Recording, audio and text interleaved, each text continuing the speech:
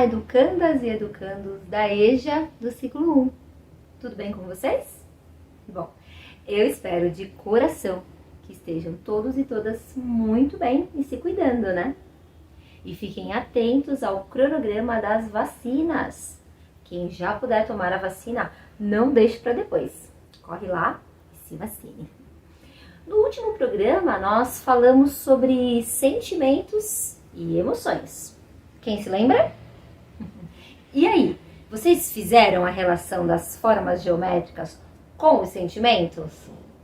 Deu para compartilhar com a gente? Eu tô sempre muito curiosa para saber o que vocês estão fazendo, o que vocês fizeram, né, em relação ao nosso programa.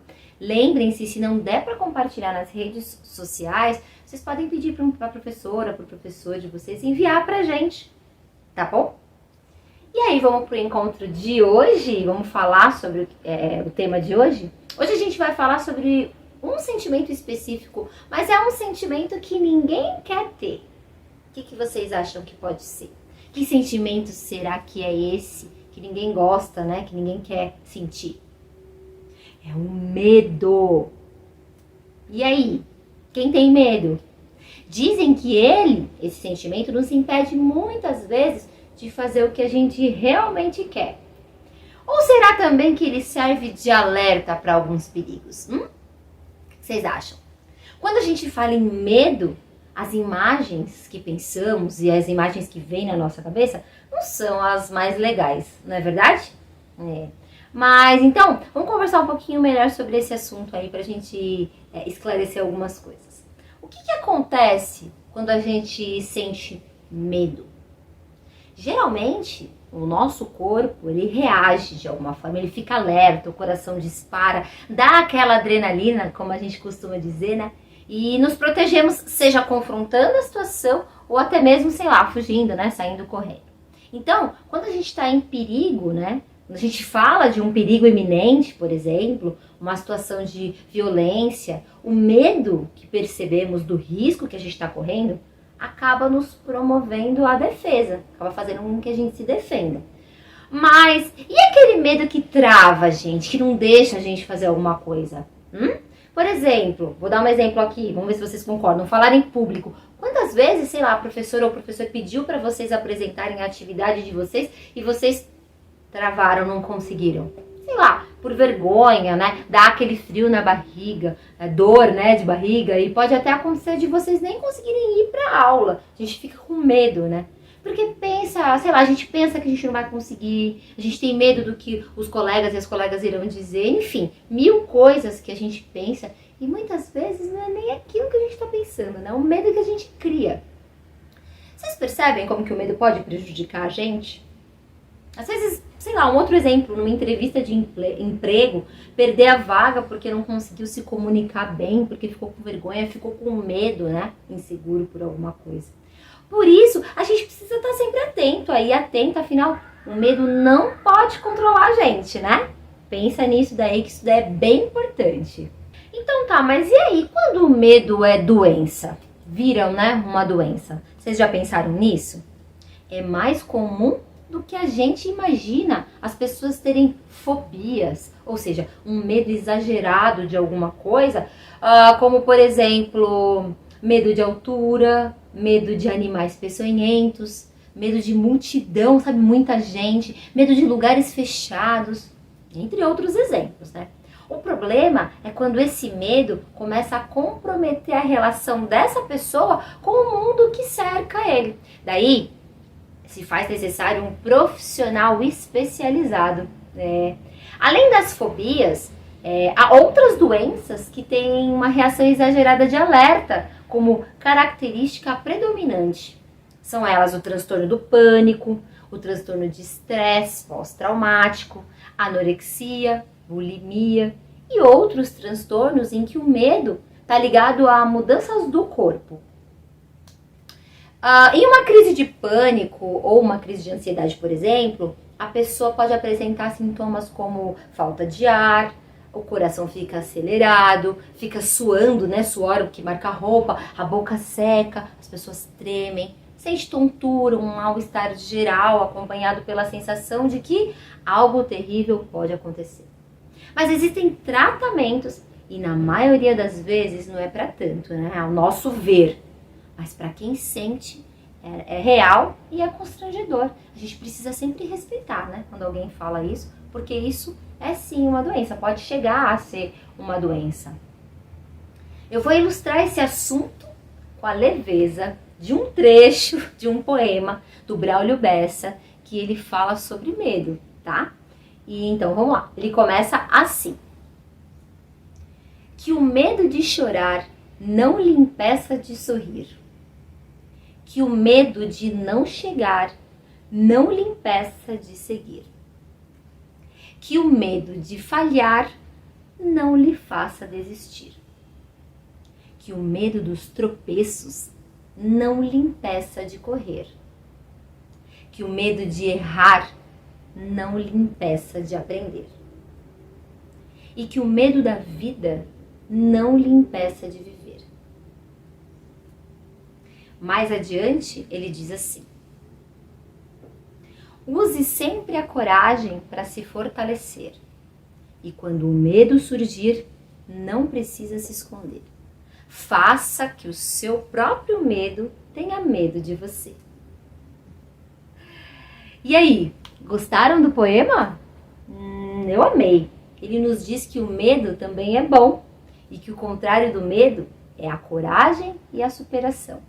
Quando conseguimos enfrentá-lo, subimos mais um degrau para chegar aos nossos sonhos e às nossas realizações. Se vocês quiserem ler na íntegra, ou seja, o poema todo, vocês podem encontrar no endereço que está aparecendo aí na tela de vocês. E agora eu queria saber um pouquinho de vocês. Vocês acham que os medos de ontem são os mesmos medos de hoje? Ou seja, que vocês sentiam antes, vocês sentem agora? Na história da humanidade, o medo sempre existiu. Ele pode ter mudado em relação ao tempo e aos lugares, sei lá, conforme as ameaças. Durante muito tempo, o medo aparecia com os perigos da natureza, colheitas não produtivas, epidemias, terremotos, incêndios, maremotos e etc. Mas com o passar do tempo, o medo da guerra ficou em um patamar mais alto, a partir, por exemplo, da invenção das armas. A gente pode acompanhar esse medo crescente e as suas mudanças até chegar nos atos terroristas e nas guerras. Mas aí o tempo passou, né? Alguns medos eles vão sendo superados. Porém, alguns permanecem e outros novos vêm surgindo. Será que há 20, 30 anos atrás, o que vocês acham? Tínhamos os mesmos medos de hoje? O que vocês acham?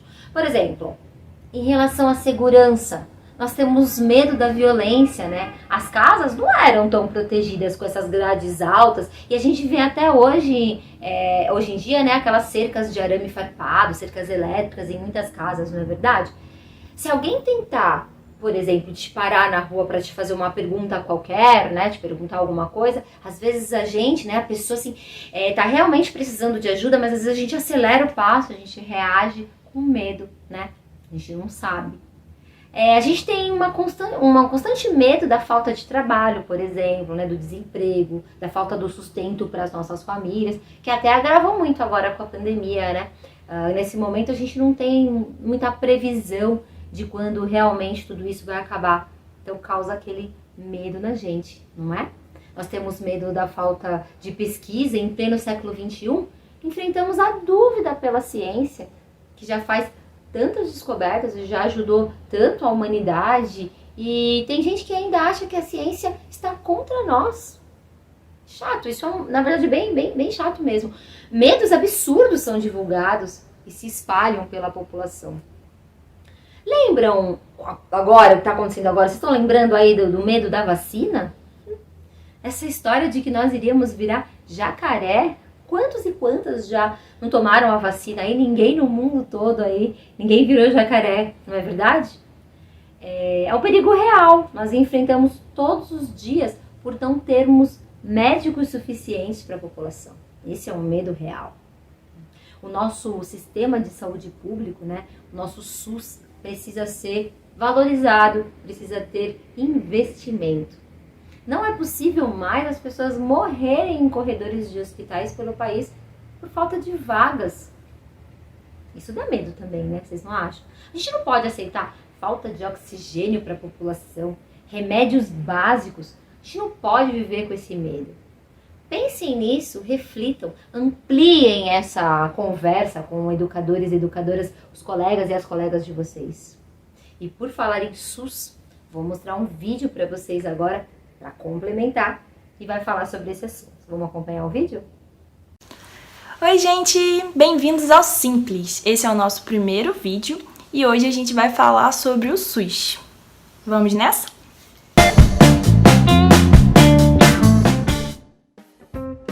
Bom, gente, quando eu e o Ian a gente pensou em começar o canal, a gente nunca imaginou que o nosso primeiro vídeo seria sobre o SUS, né? Que teria o tema de saúde. Mas, por causa de todos esses acontecimentos, a gente achou que seria super necessário começar com esse tema. Então, assim, o SUS, ele é um direito nosso, né? Como cidadão, segundo a nossa Constituição, a gente tem direito ao acesso à saúde pública. E a gente precisa defender ele, né? Ele foi criado em 1988, junto com a Constituição, tanto que em 2018 ele completou 30 anos, né? E se a gente for pensar, a gente está aqui no Brasil, né? Um país de dimensão territorial continental, que tem a 6ª maior população do mundo.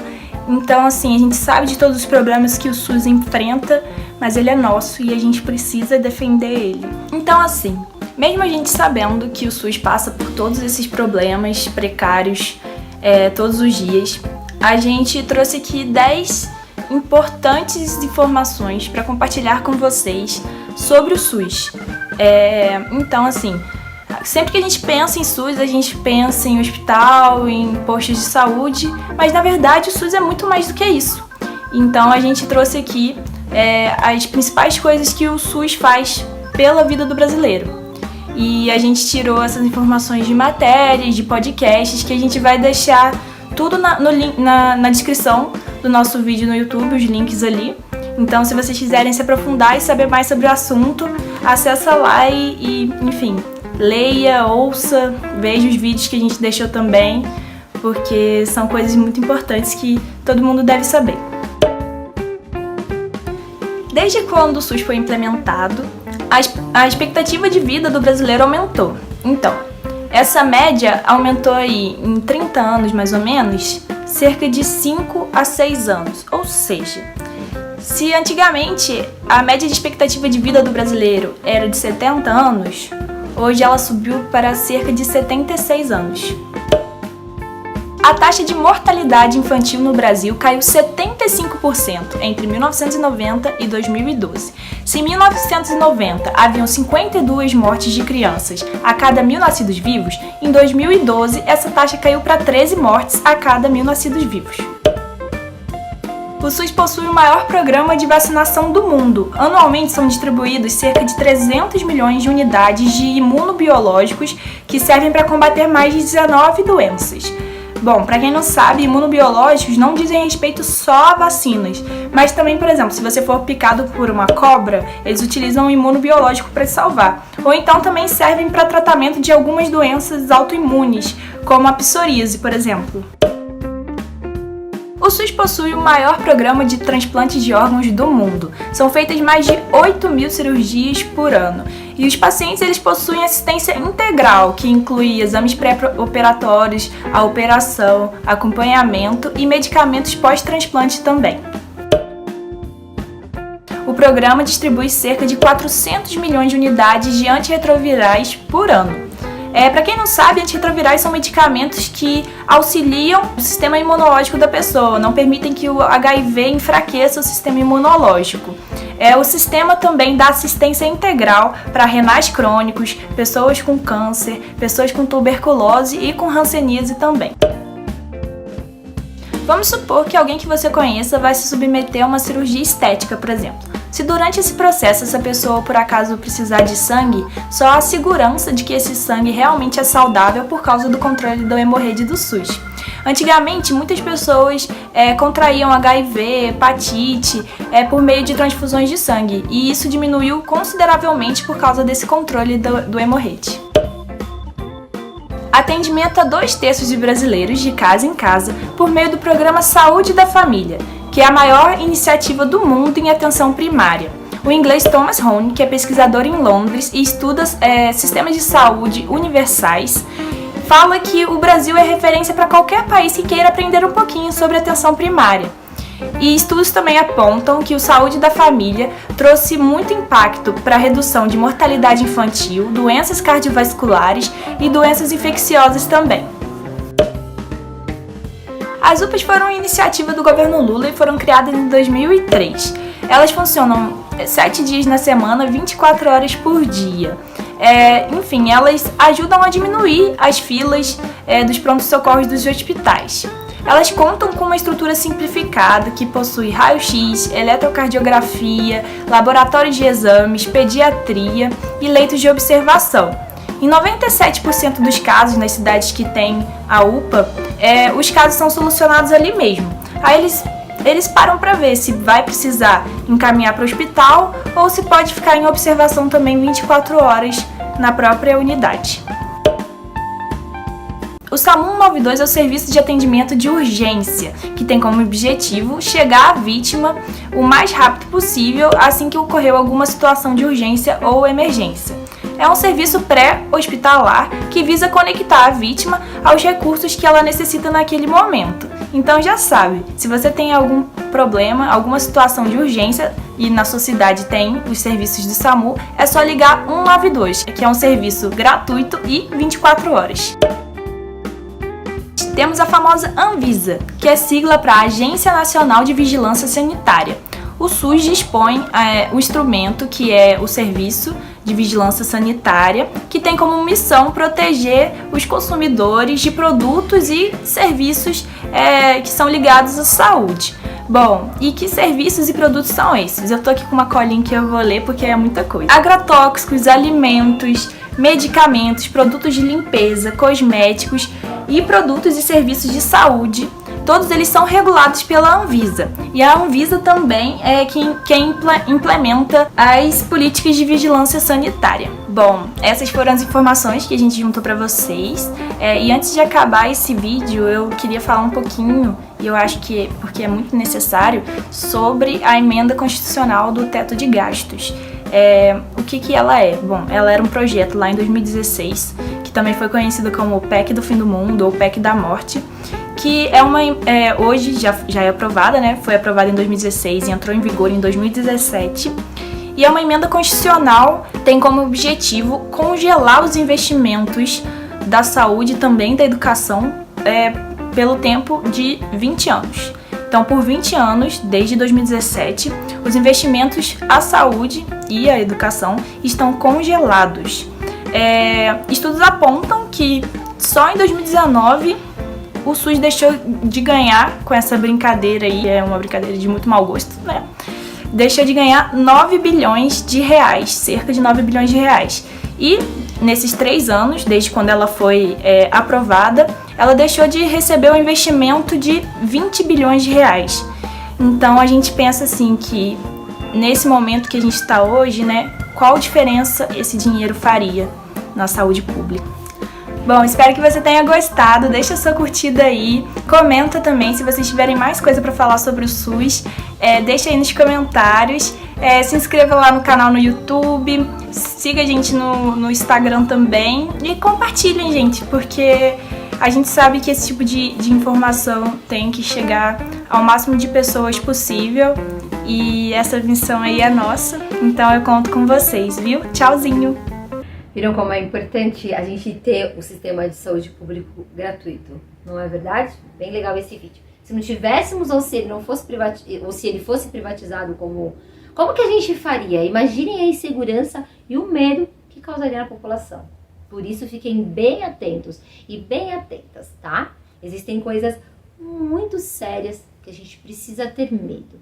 E para isso a gente tem que sempre estar refletindo sobre tudo que acontece na nossa vida e do nosso país, principalmente.